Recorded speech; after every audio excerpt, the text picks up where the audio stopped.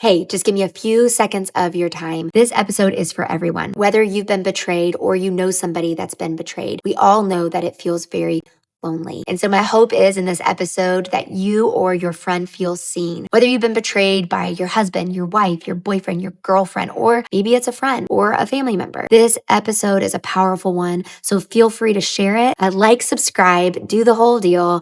And until next time. It's common to feel unworthy of love, but uncommon to talk about it. So we're going to talk about it. We want you to know your worth so you remind others of theirs. I am your host, Erin Eddie Atkins, and this is the So Worth Loving podcast.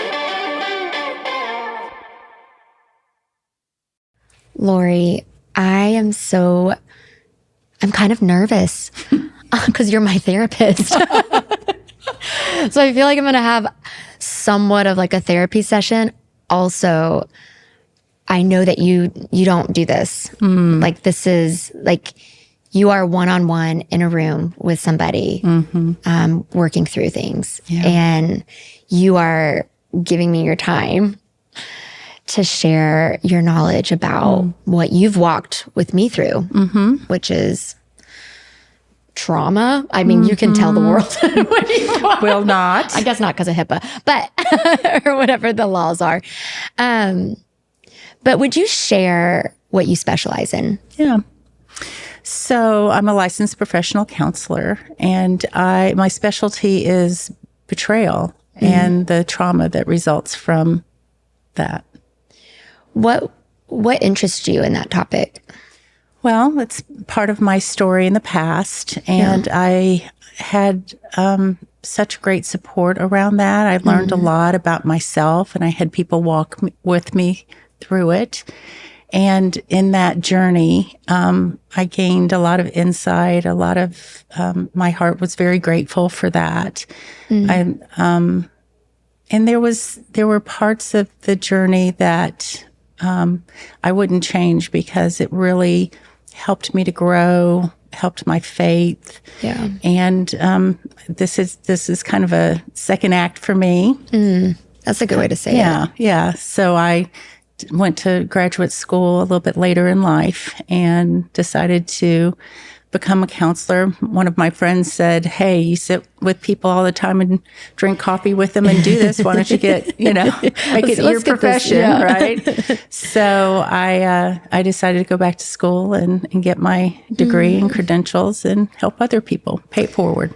What would you, for someone that doesn't know what specializing in betrayal is, I was familiar with counseling. I had gone to therapy when like my early 20s, but it was general, I guess you could say. Sure. I had not known anything about betrayal until probably around my separation.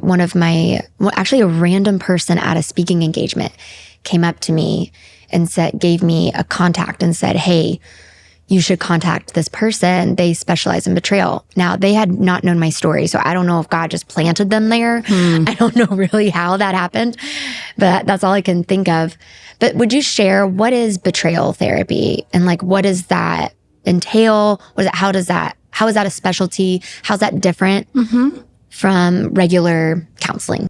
There's help in counseling for trauma. Trauma, very basically, is just when something happens to you and your brain can't process it at the time. And so it can create a lot of responses, physiological responses, emotional. What does that look like? So emotional responses, mental responses. Most people are familiar with post-traumatic stress disorder. And that's kind of where the trauma gets stuck. You don't really move through it. And so you'll get rumination. So thoughts going over and over in your head, huge mood swings. You can become very hypervigilant. You can get physical changes. Your health can suffer a lot from it. It also messes with your ability to think well, to process. Memory can be messed up with trauma.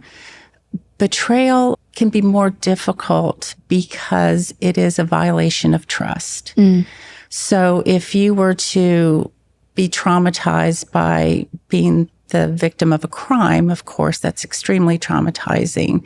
Yeah. But with betrayal, it's as if you've asked the perpetrator into your home. And from inside the home, someone that you trusted, they've harmed you. Yeah. And that's what makes it particularly disorienting. Yeah. So when you said, like, you invite someone in and they harm you, like, my immediate thought is, like, I think about physical harm, but what you're talking about is emotional. Yes. It can be emotional harm. Yes. It is that I have opened myself up to you. I've given you access to my innermost thoughts. When it's in, it's usually with betrayal, then it's an intimate relationship. And so often I've given you access to sex with me. Yeah. And so that opens you up even to some physical harm. Yeah. Some of my clients said, when I really found out what was happening, I was at my gynecologist's office getting a result that just blew my mind. And so how does that, I have so many questions. Because I'm thinking through the lens of just somebody that's listening, but I also have, for my own questions, maybe I'll ask you in therapy. How does someone, I guess I should say, when you have been betrayed, what are acts, I guess, of betrayal? Like, what does that look like? What are some ways that you can be betrayed? So most people, when we talk about betrayal trauma, we'll talk about infidelity. Okay. So I get married. My husband and I have made a covenant, have made an agreement that we were going to keep ourselves to each other, for each other. And then one of the partners decides that he's going to engage outside of the marriage. It can look like an affair. It can be more habitual, engaging in strip clubs and prostitutes and that kind of thing. Yeah. It can be an emotional affair. All of those things are betrayal around infidelity. But there can also be things like financial betrayal. Yeah. Where someone it's whenever you are operating outside of the social contract that you've agreed upon. Okay. So that can be in that very intimate physical way. Yeah. And pornography is an act of betrayal if that's within your value system. Yeah. And pornography is a very pernicious activity, and it can become addiction very easily. I've heard people reference pornography within marriage as it almost seems like it's not seen as infidelity or betrayal. What would you say to that for somebody that would say it's not? So I would say that if that is a violation, and for a lot of people that can feel like, gosh, I can't even capture his attention from pixels on a screen.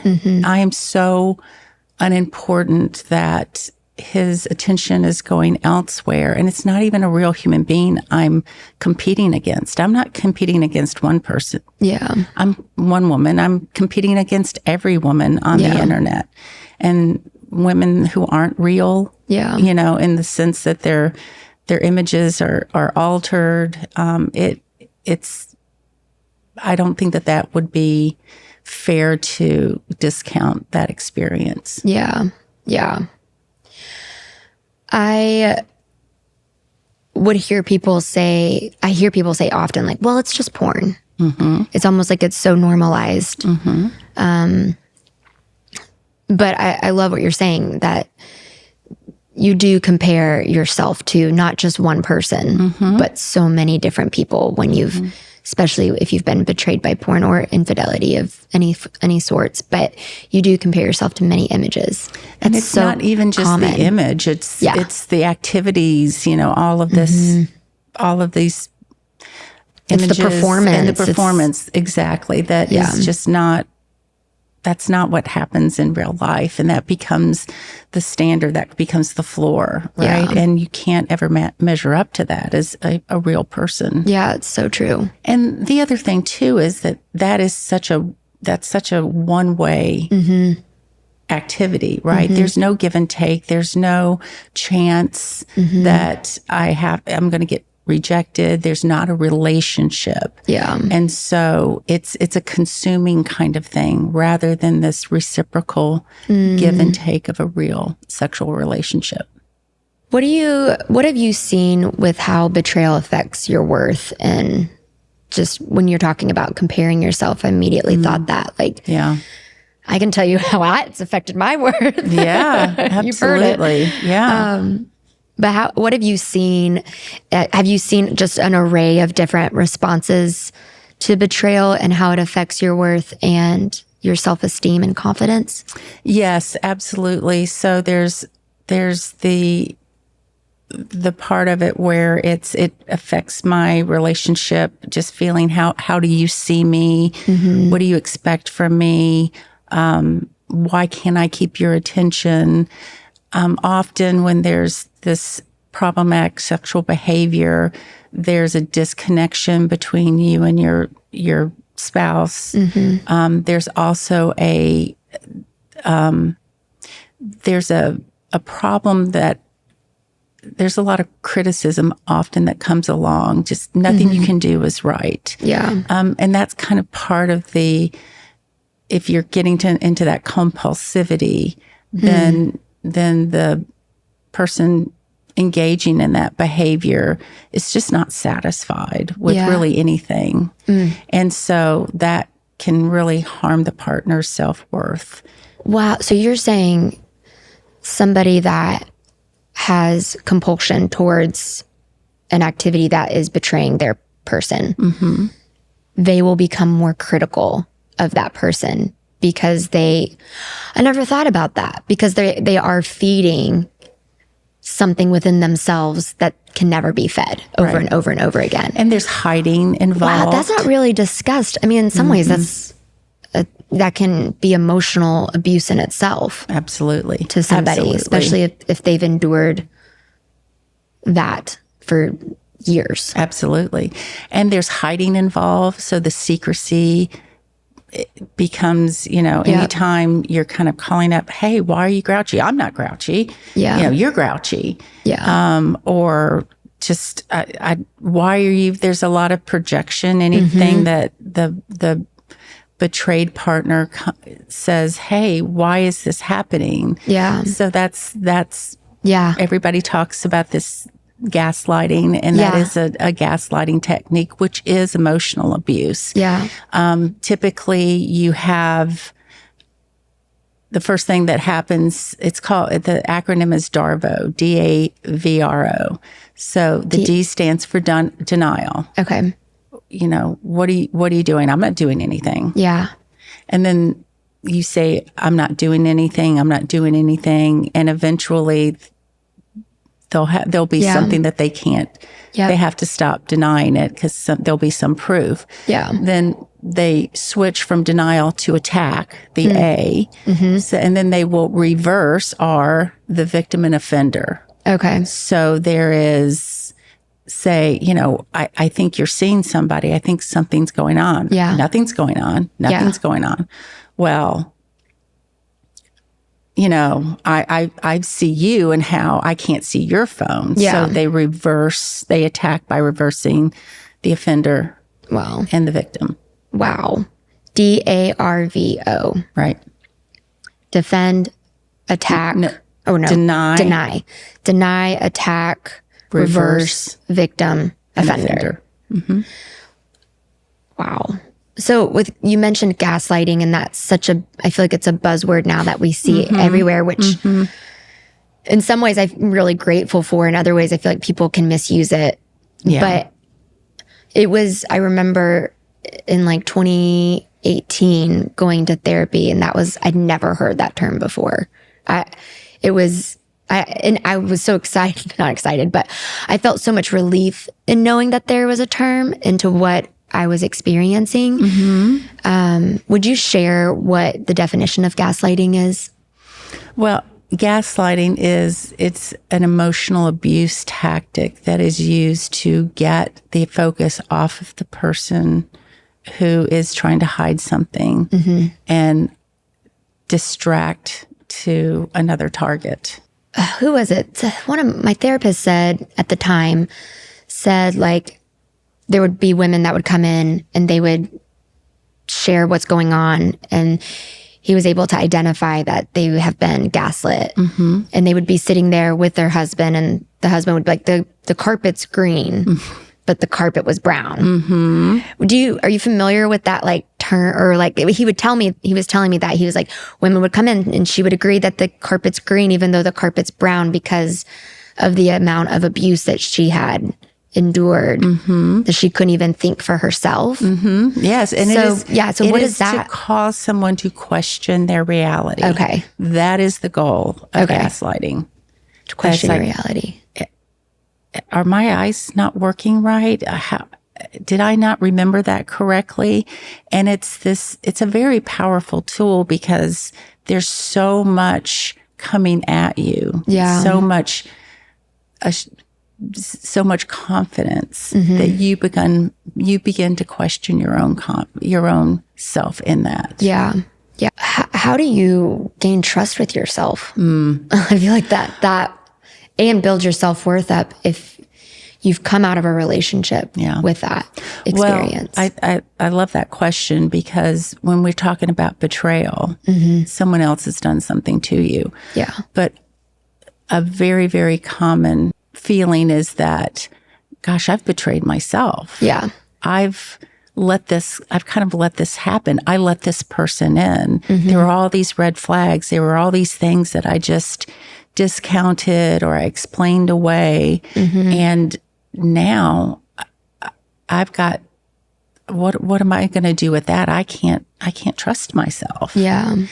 And it's not that just that one person betrayed you, but are you a part of a classification of people? And so many times I've heard my clients say, yeah, I walked into church and I was just looking at every single one of them going, did you do this? Yeah. Everyone becomes suspect because it's so disorienting. And you still remind me that you would say it's so disorienting to do something right and be punished for it. It's a way of us looking at the world. When we do something wrong and we get punished for it, well, that makes sense. That's the way things are supposed to work, right? Yeah. But you do something wrong and you don't get punished for it, you're thinking, oh, I got away with something. Yeah. I hope that doesn't get found out. Yeah. But when you do what's right and you're punished for it, then that is betrayal, right? You've made an agreement, you're building something. We've agreed to build something together. And you get up in the morning and you get ready and you get your materials and you start building this thing. And you don't even realize that, behind your back, as you're building something up, the other person is tearing it down. Yeah. And so that's you doing what's right and being punished for it. Yep. And the research shows that if you want to extinguish a behavior, it's you punish someone for doing what's right. Now say that again. So if you really want to like kill somebody's soul, is when they're doing the right thing, you punish them for it. Yeah. That will crush their soul. That will crush it. Oh, it does. It does crush the soul. And I think it's incredibly hard to figure out how to trust yourself and trust other people. I mean, I still struggle with that. What are some responses that are maybe, okay, I'll use me for an example. I responded very extreme when I learned things in my past. In my past with a relationship. I mean, very extreme. But it was out of character for me. Would you say that that's a common thing that happens with women that respond when they find something out, they respond extreme? Yes, I would. And that really is, let's talk about that in terms of boundaries. Yeah. Okay. Okay. So boundaries have two purposes, to keep yourself safe and to keep others safe from you. Right. Okay. And so if your boundaries have been violated over and over again, you don't feel safe, but also that reaction that you can act outside of your value system because you are so hurt, and it's that rebound effect. It's kind of like a beach ball, and you're in a pool, and if you take a beach ball and you press that beach ball under the water, and you press it down further and further and further, and all that pressure builds up. Your arms can't hold it down forever. And so when you release it, the beach ball does not gently rise to the surface. It comes exploding out of the water. And that is often what happens. It's because the violation is so deep and the wounding is so deep that reaction is often outside of our value system. What have you seen? Could you share some you don't have to share stories, but maybe just for somebody listening that maybe there's an example or two or three or four of different types of responses. Like that could look like whatever, what have you seen or what is common that people may think is uncommon, right? But it's actually a very common response. So there's kind of I look at two kind of categories that, so I'm going to talk about from the work of one of my mentors. Her name is Melissa Haas, and she came up with the Journey program, and it was part of the Walking Free program that a lot of people might be familiar with. And what's that program for maybe? So the Walking Free, the Walking Free program is a Christian program for people that are struggling, men in particular, that are struggling with sexual addiction and in their relationships. And then the Journey program is the group for the women, the partners. Okay. And so she described a Susie Sunshine response or a Stormy Sue response. Susie Sunshine or Stormy Sue. Okay. Right. Okay. So, Stormy Sue, I think, is the easiest to understand. She's extremely angry. She can be very controlling. She's hyper vigilant. She is on it, man. Vengeful? Would vengeful be part of that? Vengeful could be part of that. But she is large and in charge, right? And that's very, very obvious, her pain. But a Susie Sunshine will be maybe more placating. She will want to manage it. She will be super forgiving. Okay. Very quickly, because she just wants that genie back in the bottle. Okay. She does not want to face this. Okay. And both of them have their strengths and both of them have their drawbacks. Okay. So what does it look like to be Susie Sunshine? Is it like people pleasing? Is it just being kind of a pushover, enabling behavior? And just like, I'm gonna be so good. Yeah. I'm gonna be so perfect. Yeah. And most people don't just are one or the other. No, sometimes there's like, wow, you're Superwoman. Yeah. Well, there's like, a lot seems like of that. Right. Bouncing back and forth, because if you continue, it's like, I can make this okay. I can make the circumstances to where this won't keep happening to me. Yeah. And of course, that's not within your control. Yeah. To change somebody else's behavior. Yeah. Then it's very easy for those Susie Sunshines to snap into Stormy Sue's. Does Stormy Sue, I love that. Does Stormy Sue experience remorse or shame after she explodes? I'm sure some of them do. I think it's mostly that feeling of being in control that helps her feel safe. Okay. And often when the behavior is pretty egregious, then that can feel like I'm entitled to do this because my husband did that to me. Yeah. But I'm sure I've been a Stormy Sue and have felt like, well, that's just not who I want to be. Yeah. Yeah. You've helped me process that a lot because I feel like I was definitely more of a Stormy Sue. Mm-hmm. And when you use the word entitled to making choices because of the offense, it's like, I felt entitled to make that choice because of the offense. And did you felt remorse? Awful. Yeah. I felt, but it took me a while. It took me making multiple choices that continued to harm me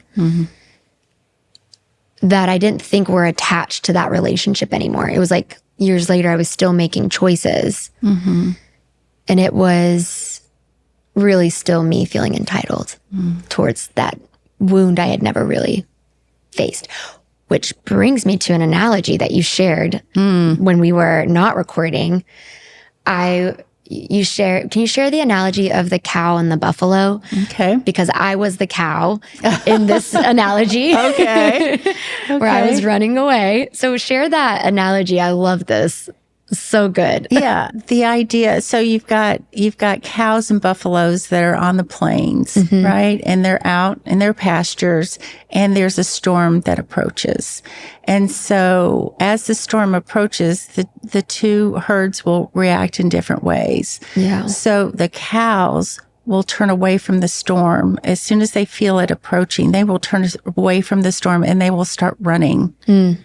And cows cannot outrun the storm, but they are in that experience of stress immediately and they just start running away. Yeah. And so as the storm eventually overtakes them, then they have to go through the storm, right? But they're exhausted and they've been in that stress state for a really long time. They've expended all of these resources. Yep. A buffalo reacts differently. When the storm starts to approach, the buffalo turns toward the storm and runs into it, which means that they are not expending as much energy and they're not in that stress state for as long because the storm passes over much quicker. Wow. And so they end up recovering a lot more quickly than the cows do, which is why in therapy, your therapist is going to say, if you're afraid of something, let's figure out a way to face it. Yeah. Because if we run from it, we're never going to outrun it. Yeah. And we're going to spend so much time, so much emotional, mental, physical energy trying to get away from something that's going to catch up to us. And eventually maybe even get a bigger storm. Yeah. Yeah. Great. Which you've shared another analogy. These are going to be this is like Lori analogy time. I'm the metaphor queen. I love it. You shared an analogy about, what was it? It was the dragon in the cave. Okay. That one is so good. Yeah. Matt and I will say, I'll be like, babe, this is a dragon in the cave situation. So this is kind of St. George and the Dragon. Like one of the oldest stories ever is that St. George was in his village, right? And there was a little dragon that they knew was out there. And St. George knew his calling, his mission was to leave the village and go out and kill that dragon. But he didn't do it. He made every excuse in the book. And as time went on, the dragon didn't stay little. It grew and it grew and it grew. And he still didn't every day that passed, he still didn't do it. And eventually the dragon, instead of being killed outside the village, the dragon eventually came into the village and took everybody out. Wow. So that's kind of the moral to that story, that the longer that you let something go unaddressed, it doesn't stay the same. Yeah. Your fears, if you start off afraid of dogs, typically that starts to generalize and move out until your world gets smaller and the fear gets bigger. Wow. How do you face it? How do you face your fears? Like, how? How do we face them? Well, my training there's kind of a formula for it. So you want to try to find something that you fear. Yeah. That if you were to scale it if you were put on a scale from 0 to 10, where 10's the highest, you want something that scares you to about a 3 or a 4. Okay. And that's the kind of thing that you can it's uncomfortable. I don't like this. Yeah. It does cause me distress. Yeah. But it's not a 6. Yeah. Like a 6, 7, anything that's too much stress on you. But if you can face something at a 3 or a 4 and you face it over and over and over again, eventually your nervous system cannot keep reacting to the same thing. Yeah. Think about a scary movie. Right. You watch a scary movie That's 10 true. times, you go on a roller coaster 10 times, it's not as scary the 10th time. That's true. So your nervous system learns to acclimate. It habituates to it. Okay. And it goes from a 3 or a 4 down to maybe a 0 or a 1. And then you have to pick the next thing that is a 3 or a 4. It's like working a muscle. Yeah. Yeah. You pick up a weight that stresses your muscle appropriately, and you work it until that weight becomes not a problem. Yeah. And then you pick up the next heavier weight. And you prove to yourself that you can do hard things. That's right. It's resiliency. Yeah. And that's so much of the message today is you just need to be safe. Yeah. Don't stress yourself out. Well, that doesn't work. Yeah, You have to give yourself the appropriate amount of stress to be able to learn how to handle that. And go through the storm. That's right. Instead of run away, because it will eventually come over you. That's right. It's inevitable. It will come. So you need to go through it like a buffalo. That's right. Not like the cow. Not like the cow. Not like these guys. They are cute, though. So you said nervous system, and it brings me to the thought of your amygdala and your frontal cortex. So share a little bit about, because I think when I think of betrayal, and it doesn't have to, I guess, reference back to just betrayal, but I think about your nervous system, your fight or flight, freeze or fawn response.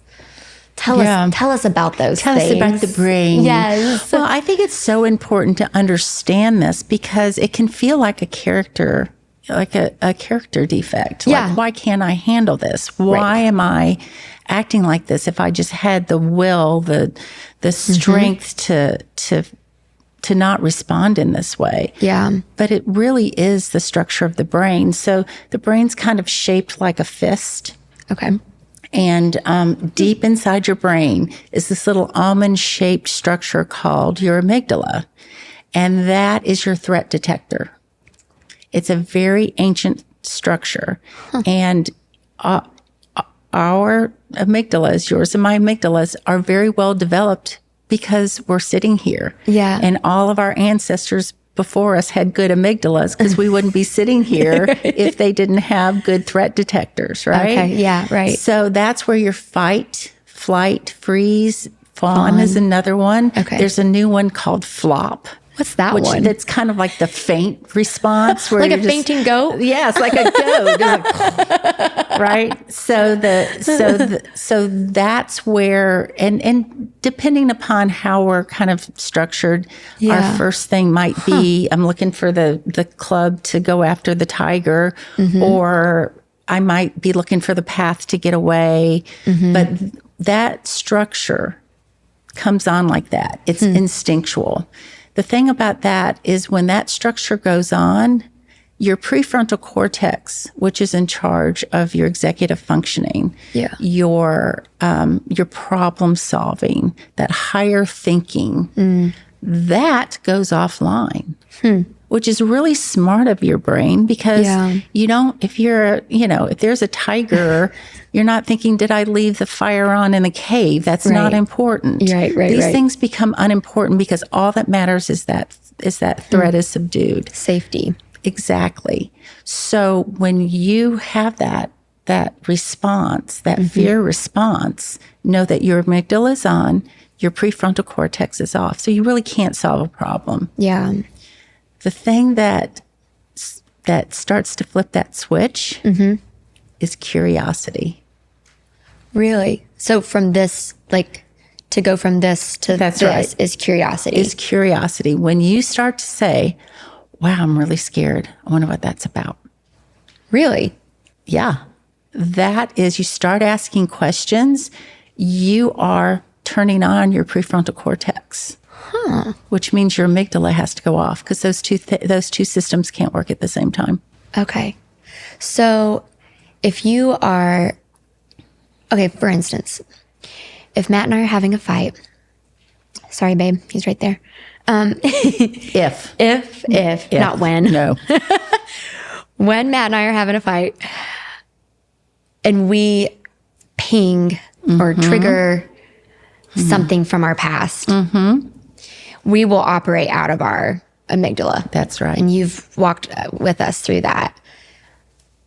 The way for us to connect again to our frontal, to realize that we're safe, is asking each other questions and being curious.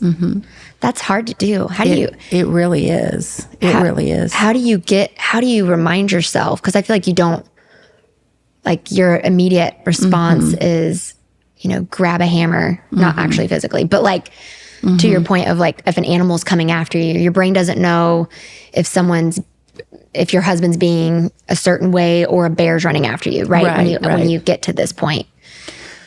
Well, the key is to try to engage in that before it gets just full going. Another metaphor is the train metaphor, that if you get on a train and it's just starting to leave the station and it's slowly starting to move forward. It's not a big deal. It's not that hard to get off the train, to jump off.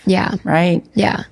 When it is running full force at 100 miles an hour, it's really hard to get off that train. Yes. Right. So, and your body is the first indicator that the train is starting to go down. So if you can identify when I'm starting to get activated, when that amygdala is like, okay, there's something going on. Yeah.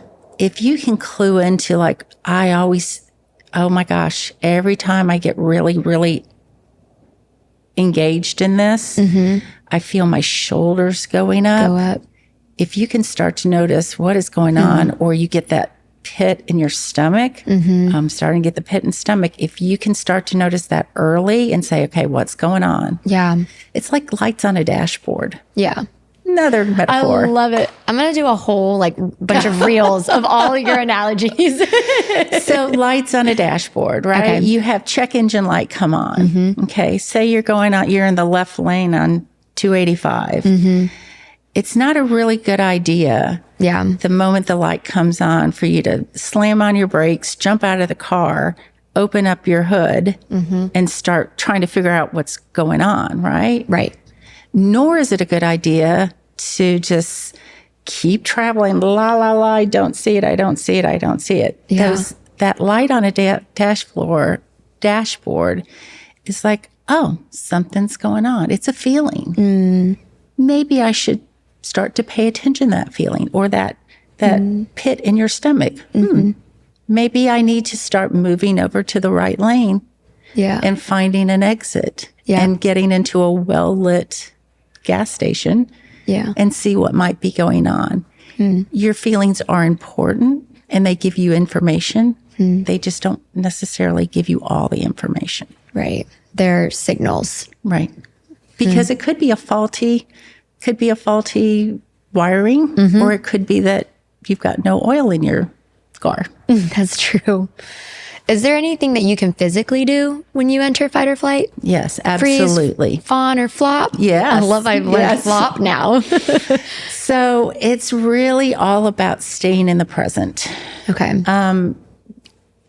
Being in that state can feel like you're back in the past. This has happened to me again. Oh my gosh. It really does feel like it's like right here. Right. Yeah. Or it can throw you into the future. What does this mean? What does this mean? Being in the present. And what that means is you really do have to connect with the physical world, with your body. Okay. So that would mean there's this great little exercise. Let's do it. Let's do it. Okay. So if I'm feeling just really freaked out, right? Okay. It's like I want to open my eyes and I want to like notice 5 things in the room. Okay. So I see the beautiful ladies over here. I see that green chair. I see my glass. I see you. I see the microphone. Those are 5 things. 4 things that I can feel. Okay, so I can feel my bottom, the couch underneath my bottom. Feel this. I can feel the coolness in the air. Is that 3? And I can feel that I need to blow my nose. Yeah. That's good. Then 3 things that you can smell, 2 things that you can... 3 things you can smell? Or 2 things you can smell. If there's not enough, 1 thing you can taste. Oh, 3 things you can hear. Oh, okay. I forgot. 3 Okay, things like maybe 3 things you can hear. Okay. 2 things you can smell, 1 thing you can taste. You can mix them up depending upon, well, I've got... I can hear more things. But what you want to clue into your senses and really that helps you connect with where you are in space and time. Yeah. Breath work can be very, very important. So that's just being aware as we're getting ready to do this podcast. It's like, breathe in, hold it, exhale. Yeah. From your diaphragm? Yes, you really, because I've been in situations where I am up here going, shallow breathing. I can't even get the end of my sentence out right. So true. From very deep, and that deep breathing is very important. Having imagery of someone that, if your grandfather was a person that you really connected with, if you just think about, granddad sitting right next to me, right here, comforting me. It's all about being in the present. That helps you get out of your amygdala. Yeah, because we are not in any danger here. Right. We're safe in this place, in this time. Yeah. We may not be in the future, and we probably weren't in the past. Yeah. But right now we are. And that really connects to also learning to trust yourself again, too. Yeah. That's so much a part of the work that I do is repairing that relationship with yourself. Yeah. And the way that I work, kind of the 3 goals in betrayal trauma work is we're working to develop a self-care plan. Often when you're in those situations, you're just trying to get through, trying to manage things, and your self-care really does suffer. Yeah. So it's true. Talking about how are you eating, how are you sleeping, getting physical exercise, just trying to do things that it's really hard to find something that gives you joy when you're going through that kind of traumatic thing, but trying to find something that gives you life, that connects you back to you. Yeah. Boundaries work. Yeah. Boundaries are not about getting somebody else to do something that makes you feel safe. It's about, look, we're going to make an agreement. I'm going to need you to do this. If I'm going to keep giving you access to me, and if you violate that, the boundary is what I'm going to do. Yeah. If you violate the agreement, the boundary is not you have to agree to do this. Yeah. The boundary is, I will do this if you violate the agreement. Oh, say that again? That's really good. Yeah, it's a little bit different. Most people think about, well, I told him that if he looked at pornography again, that's my boundary, and I'm going to, and I'm going to be gone. Right. I'm out, right? Yeah. The problem with that is then he's in charge of He's still in charge. He's in charge. Now, if you say, if you do this and you've broken the agreement, I will feel unsafe. I need to do this to reinstate my sense of safety. I also advise people that it's not about making a point. Yeah. It's not about motivating the other person. Yeah. So do not make a boundary that you are not 100% committed to following through on. And even if it doesn't make a bit of difference to them, it makes a difference to you. You're learning to reconnect with yourself and learn to trust yourself again. So make small boundaries and then you can build up from there. So what does a small boundary look like? Because the natural response would be to say, if you do it again, then I'm gone. Or if you will follow through with that. If you follow through. Then that's an appropriate boundary. Okay. Right? But if you're just like, well, if I tell him I'm going to leave, then he won't do it again. Got it. So people can use it more of just a way of controlling the other person, but not following through with the actual boundary. Right. That makes sense. So if that's not where you truly are, then it can be, I'm going to need you to sleep in the other room. That might be too hard for some people. If they're just there can be such a connection, an unhealthy connection. And it's not really all that uncommon. I've had so many clients said, you've done this terrible thing to me and I want you right next to me. Yeah. I don't want you to leave my side. Yeah. And for a time, if that's what people need, I'm not in a position to tell them, there's something wrong with that. Yeah. So it may be too much for them to do. Yeah. Sometimes it's just kind of an internal boundary that doesn't even have to be communicated because, again, it's about reestablishing the trust with yourself. Yeah, trust with yourself. There's like a loose end in my brain with our conversation that I want to gain some clarity or closure on. And it's with betrayal. And we talked about the Stormy Susan and the Sunshine Susie, right? Susie, Sunshine, and Stormy Sue. Yeah. Thank you, Melissa. Sue, yeah. Said it backwards. What maybe advice or perspective can you give to somebody?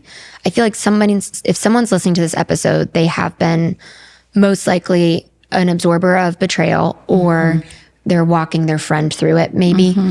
And they're at this crossroad of, do I stay in this relationship?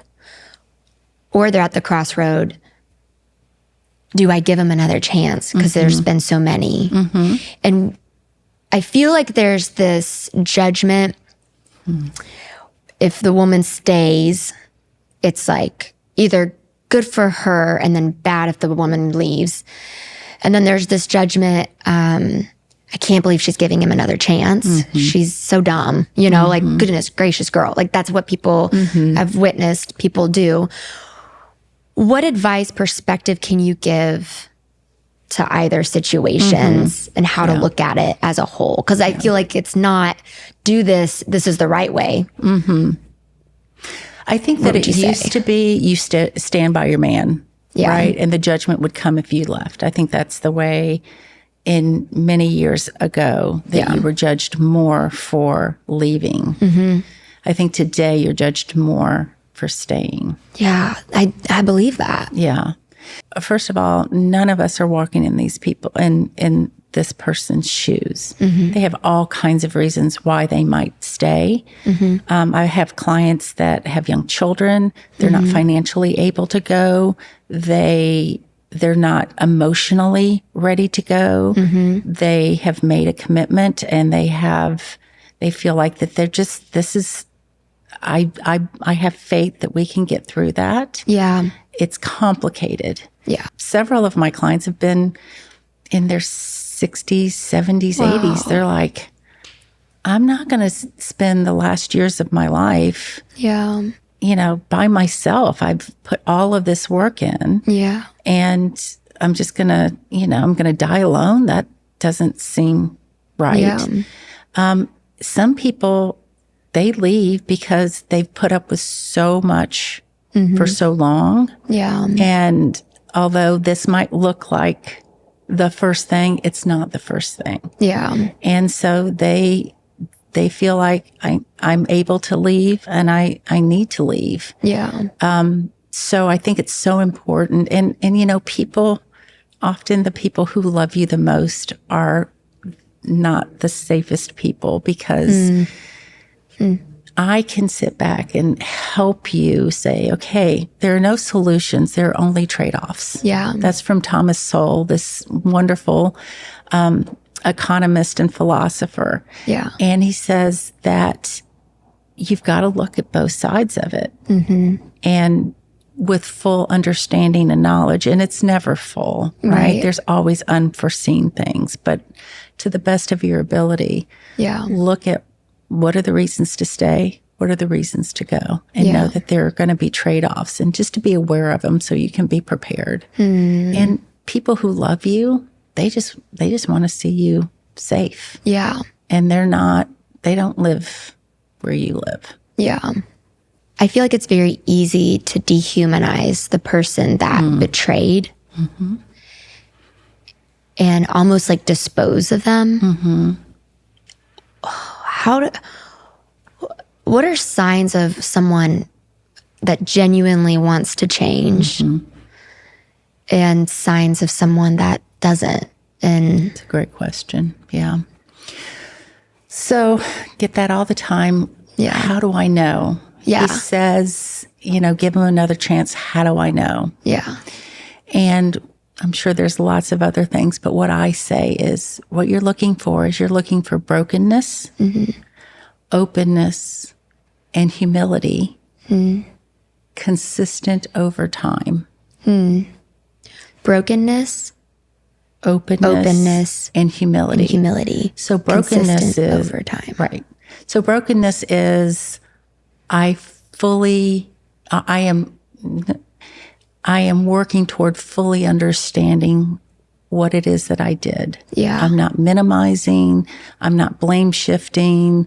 I understand not only what I did, but the effect that it had on you. And that's really hard. There's a lot of shame associated with with facing brokenness. Yeah. Right. And so it's really hard for that person to do that. And having a good therapist that can teach that empathy piece, that can teach them how to, this is just my shame talking. I need to validate her feelings. And if she's saying something, I know you're doing it again and you're not doing it again. Yeah. To not defend yourself, but to say, I can absolutely understand why you think that I'm doing that again. And I know that I'm the reason why you doubt yourself and you're doubting me. And I'm just here.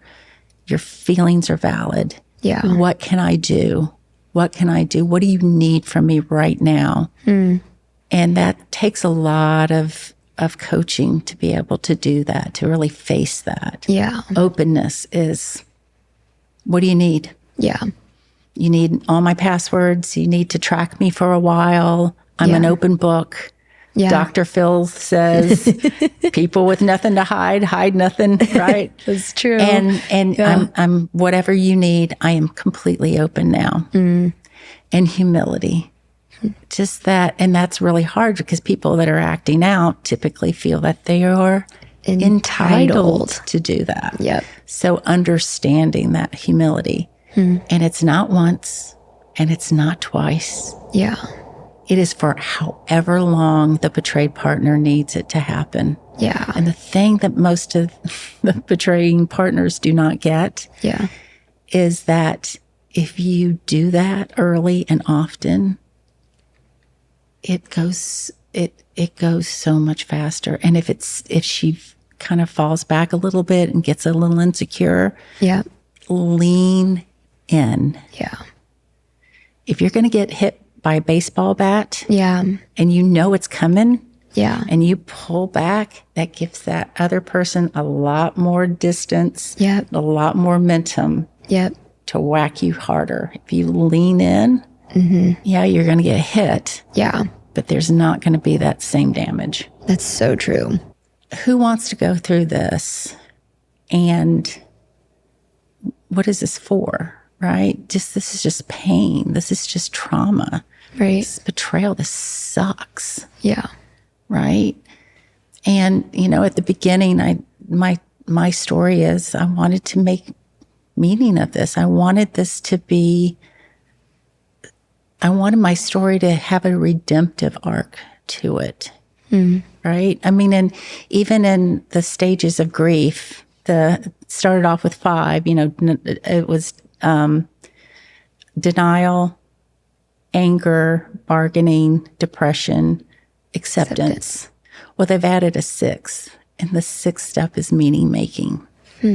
Because you start off with post-traumatic stress disorder, and now they're discovering that if you can make this experience meaningful, you end up with post-traumatic growth. Wow. I love the Japanese art of, let's see if I can say it, kintsugi. The artist will take an ordinary vessel, an ordinary clay pot or vase, and they will take that ordinary object and they will break it. And then the art comes from when they take gold and they heat it up to where it melts down. And they'll take that gold and they will use that gold to fuse the pieces of pottery back together. Wow. And so the pottery, the ordinary vase, becomes a beautiful work of art because it has been repaired with gold. And it wouldn't be possible if the vessel had not been broken in the first place. And so that meaning-making part, that, gosh, I am resilient. We talked about the 3 things: the self-care, the boundaries, the personal identity work in therapy. Yeah. Reconnecting with, I used to love to paint. Why don't I paint anymore? Yeah. I was so interested in this and that, and I've lost myself through this. So to be able to take care of yourself again, to be able to be a boundary person. This is where I begin and you end. And I will invite you in if you're a safe person. But if you're not a safe person, then you can stay on the outside. Yeah. And that's wisdom, right? That's discernment. And then that personal identity work where you're really becoming, maybe reconnecting with who you used to be or becoming something new altogether. Yeah. Makes the trauma, makes the journey worth it. That's so good, Lori. I feel like we should end there. That was so powerful. Thank you for coming on here and sharing just I feel like there's a tiny tidbit of what is inside of you from what I've experienced, and you just helping me walk through all of my own trauma and my own choices. And I'm just really, really grateful that you came on here. I appreciate it. And I do this betrayal trauma work. I work with lots of clients in lots of different areas. This is where I feel like my special calling is. And in some of my groups group work is really important in being in community with other people that get it. Yeah. One of the things that we have is it's called a Partner's Bill of Rights. And it's a handout that I have that it's like one of the most powerful pieces that talks about I have a right to, and it just goes through it. Oh, so that's cool. If anybody wants to reach out to me on Psychology Today, they just put in my name, Lori Rader-Jacobs. My website is under construction right now. Yeah. But I can provide them with the the Partners Bill of Rights. That's awesome. Yeah, it's a really great I'll include piece. that in the show notes. I'll include your Psychology Today and your email contact information or whatever you want me to share. So I can do that. just reach out to me and I'll provide that for you and 15-minute consultation and see if I can be of help. Real quick, share the groups thing. That's cool. I love that you said that. We have to do it with community. Yeah. So what's so important is this is such an isolating experience. Yes. Nobody brings you a casserole when your husband cheats on you. Right. No, they bring judgment. Right. It's a different type of plate food. of judgment. It's a piece of judgment. Exactly. It's delicious. Heat it up. Exactly. And it's a very different experience than, when everybody, you should never compare trauma. Yeah. But betrayal is very particular. Having a group, a community in which you are able to just kind of, it's like a band of sisters where you just kind of know, you don't know the things, it's a reverse friendship. Yeah. Right? Because in friendships, you start off with kind of superficial things and eventually you get to the deep stuff. Yep. In groups, you're in the deep. Wow. Right? And you don't know where they went to college. Yeah. Right? But you're deep in it. Yeah. And in these groups, my group does psychoeducation. There's a therapeutic piece and it's support. And it's a closed group. So you really get to be a part of a community and talk to each other. And I still am friends with a couple of people that I was in a group with 1,000,000 years ago. That's so cool. Well, you have a bond because when you can connect with somebody's deep emotions to something like that, it's extremely healing. Yeah. Yeah. Thank you so much, Lori. It's my pleasure. This was wonderful. Thank you for making this so comfortable for my first podcast. Yay, good. Success. Hey, I just wanted to thank you. I wanted to thank you for listening, truly. This would not exist without the people that believe in this message. And so if this episode was helpful, would you share it, like it, subscribe to the podcast? It tells the platforms that our content is worthy to be put in front of more people. So it's not in an ego way, but it is in a way that we hope that this message crosses the paths of people that have never heard the message that you are so worth loving. And so I hope that you walk into this week filled with a confidence in knowing that you're worthy of love. Your worth is not a contest. It's not a competition. And walk into whatever you face this week with confidence in knowing your value and your worth.